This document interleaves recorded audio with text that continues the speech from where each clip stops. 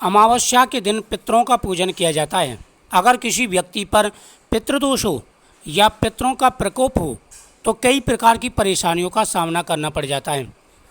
महीने में जब भी अमावस्या आवे तो पितरों की पूजा करें। साथ ही सोमवती अमावस्या जब आती है तो आपको जरूर पितरों का पूजन करना चाहिए। भगवान शिव का अभिषेक करें।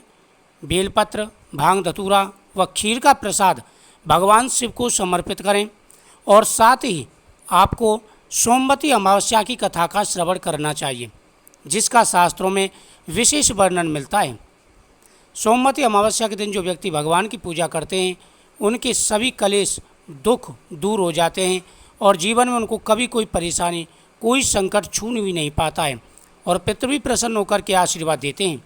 इसलिए प्रत्येक व्यक्ति को अमावस्या के दिन पितरों का पूजन अवश्य करना चाहिए। इस वीडियो के माध्यम से आपको सोमवती अमावस्या की कथा हम सुना रहे हैं, आप जरूर सुने।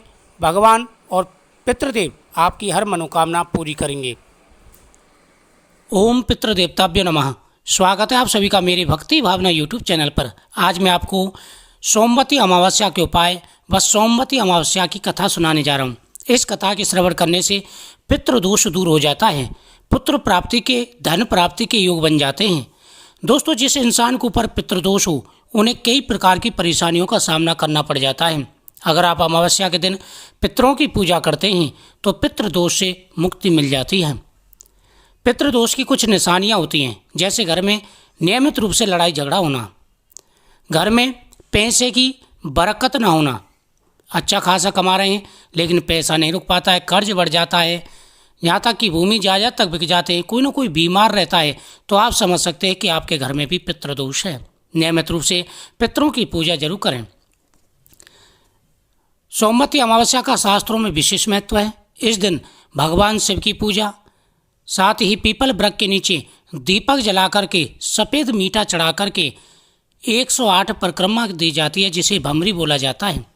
सोमवती अमावस्या का शास्त्रों में विशेष महत्व है। शास्त्रों में कहा गया है कि जो व्यक्ति सोमवती अमावस्या को पितरों के नाम से तर्पण करता है, गाय के दूध से भगवान शिव का अभिषेक करता है, भगवान शिव को बेलपत्र, भांग धतूरा आदि चीज़ें अर्पण करते हैं और खीर का प्रसाद भगवान को अर्पण करते हैं और पितरों को भी भोग लगाते हैं, उनकी मनोकामना पूरी हो जाती है। इस दिन महिलाओं को अटल सौभाग्य प्राप्ति का वरदान प्राप्त होता है। जो महिला माता पार्वती को श्रृंगार अर्पण करती हैं तथा पीपल वृक्ष की परिक्रमा लगाती हैं, ऐसा करने से हर प्रकार के मनोरथ पूरे हो जाते हैं।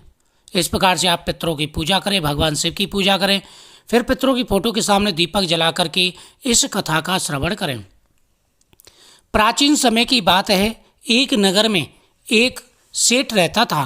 उस सेठ के 7 बेटे और एक बेटी थी। वह बड़े सुख से रहते थे, परिवार बड़ा सुखी था। साथ ही नियमित रूप से सेठ भगवान की पूजा किया करता था, पितरों की पूजा भी करता था। एक बार उस नगर में एक ब्राह्मण आए। वह ब्राह्मण सभी के घर से भिक्षा ले रहे थे। तभी ब्राह्मण उस साधु के घर पर आ गए तो लड़की ने भिक्षा दी। उस संत ने भिक्षा लेने से मना कर दिया, कहा कि मैं तुम्हारे हाथ से भिक्षा नहीं ले सकता, क्योंकि तुम्हारे भाग्य में वैधव्य लिखा है। इसी प्रकार से वह साधु रोज भिक्षा सभी से लेता, लेकिन उस लड़की के हाथ से भिक्षा नहीं लेता था। यह बात उसने अपनी माँ से कही। माँ ने कहा कि अगली बार जब भी साधु आए तो मुझे बता देना। अगली बार जैसे ही साधु आया, उस लड़की ने भिक्षा दी, लेकिन साधु ने भिक्षा लेने से मना कर दिया। कहा तुम्हारे भाग्य में सौभाग्य नहीं, दुख लिखा है, वैधव्य लिखा है।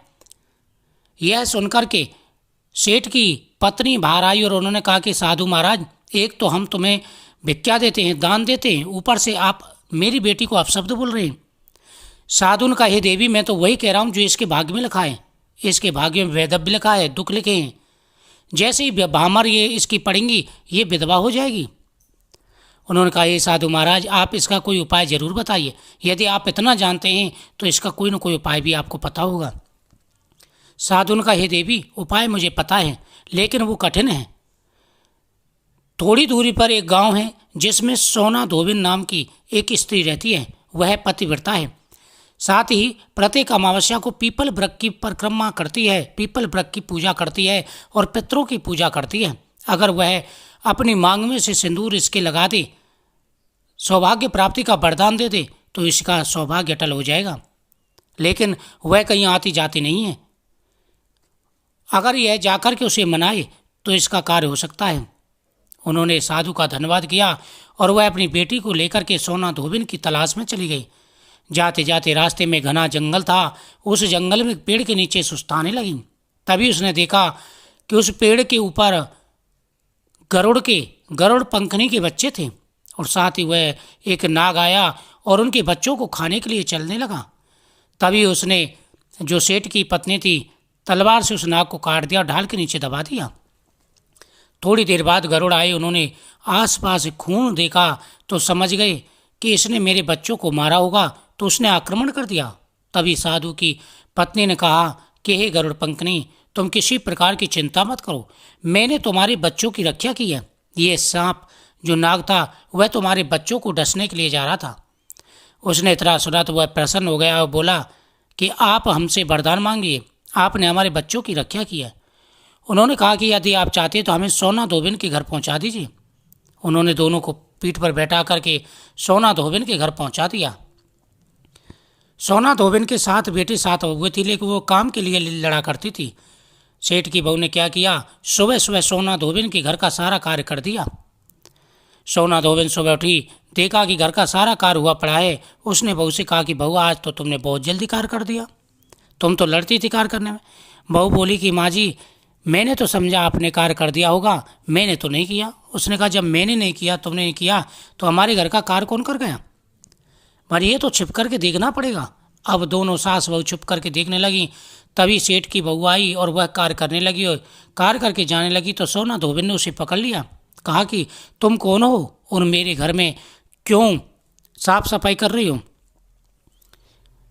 सोना धोबिन की बातें सुनकर सेठ की बहू ने सारा बता दिया किस प्रकार से साधु ने कहा था और उसकी बेटी के भाग्य में वैधव्य है।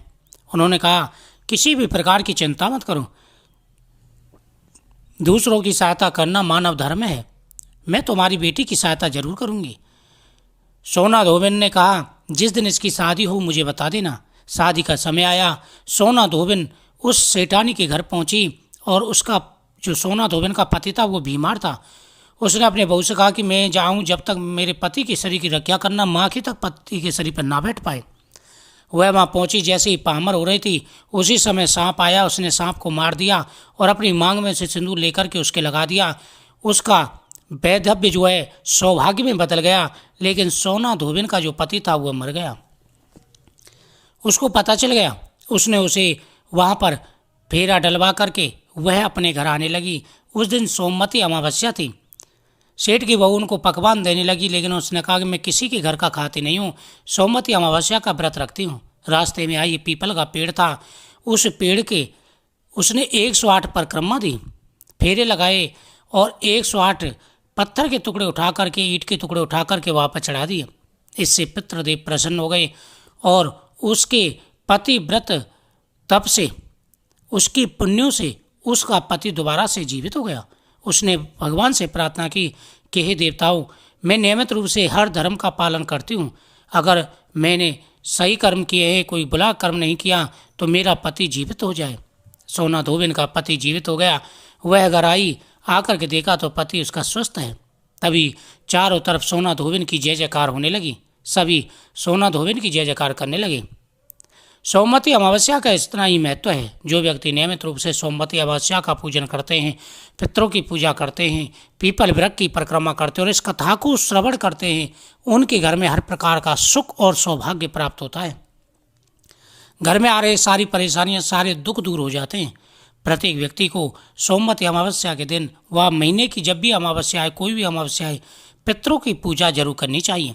साथ ही कथा को श्रवण करना चाहिए। इसके करने से हर प्रकार का सुख और वैभव प्राप्त हो जाता है। मुझे उम्मीद है आपको ये कथा बहुत ही अच्छी लगी होगी। इस कथा को जरूर श्रवण करें। इससे पुत्र धन प्राप्ति की व हर प्रकार के सुख प्राप्त होते हैं और पितृदोष दूर हो जाता है। साथ ही घर में सुख और समृद्धि का वास होता है। वीडियो को शेयर करें, चैनल को सब्सक्राइब करें, कमेंट में ओम नमो भगवते वासुदेवाय नमः जरूर लिखें। साथ ही ओम पितृदेवताभ्य नमः जरूर लिखें। पितृदेव आपकी हर मनोकामना अवश्य ही पूरी करेंगे। साथ ही आप वीडियो को लाइक